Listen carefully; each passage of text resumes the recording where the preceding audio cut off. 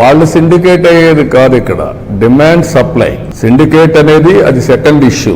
మనం 4 రూపాయలు ఇచ్చినా మేము కొనలేమంటున్నారని మీరు అర్థం చేసుకోవాలి.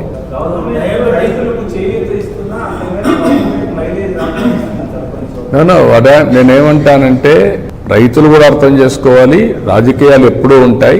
ఏమీ చేయని వాళ్ళు శవ రాజకీయాలు చేస్తూ ఉంటారు ఇప్పుడు నేను అడుగుతాను, ఎప్పుడన్నా ₹1 ఇచ్చారు చిత్తూరు రైతాంగానికి? ఎప్పుడన్నా కానీ డ్రిప్ ఇరిగేషన్ ఇచ్చారా? మరి వీళ్ళు మాట్లాడడం ఏంటి? కనీసం రాయలసీమలో 2000 కోట్లు ఖర్చు పెట్టారు ఇరిగేషన్లో.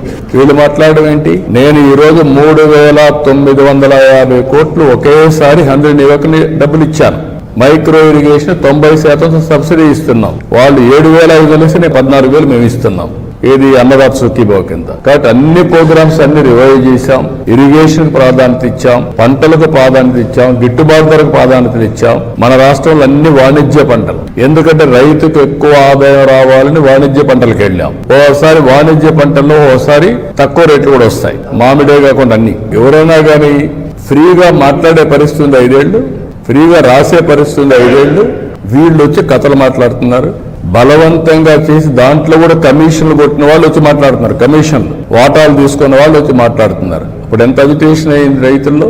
మా దీన్ని బలవంతంగా చేస్తున్నారు, వాటాలు తీసుకుంటున్నారు, మాకు వచ్చే డబ్బులు వీళ్ళు కొట్టేస్తున్నారని చెప్పి పెద్ద గొడవలు అయినాయి. కాబట్టి ఇవన్నీ ఉన్నాయి. అందుకే నేను మీకు అనేది అంటే ప్రభుత్వం ఒక బాధ్యత కలిగిన ప్రభుత్వం. ఏ చిన్న విషయాన్ని కూడా యాజ్ ఇట్ ఈజ్ వదిలిపెట్టడం లేదు. అట్మోస్ట్ సమర్థవంతంగా ఆ సమస్యను పరిష్కారం చేస్తున్నాం. అందుకే మధ్యాహ్నం రమ్మన్నాను ఇద్దరిని మాట్లాడి దీన్ని లాజికల్గా ఇప్పటికే చాలా వరకు 60% ప్రొక్యూర్మెంట్ అయిపోయింది. ఈ మంత్ 20కి 25కి లేకపోతే మంత్ ఎండ్కు లేకుంటే ఆగస్టు, అది మధ్యాహ్నం నేను చెప్తాను ఏ టైం అనేది. దాని ప్రకారం ముందుకెళ్తాం. ఏది వీళ్ళకి ఇచ్చేదా డిఫరెంట్గా ఇవన్నీ తొందరలోనే వాళ్ళ అకౌంట్లో వేస్తాం.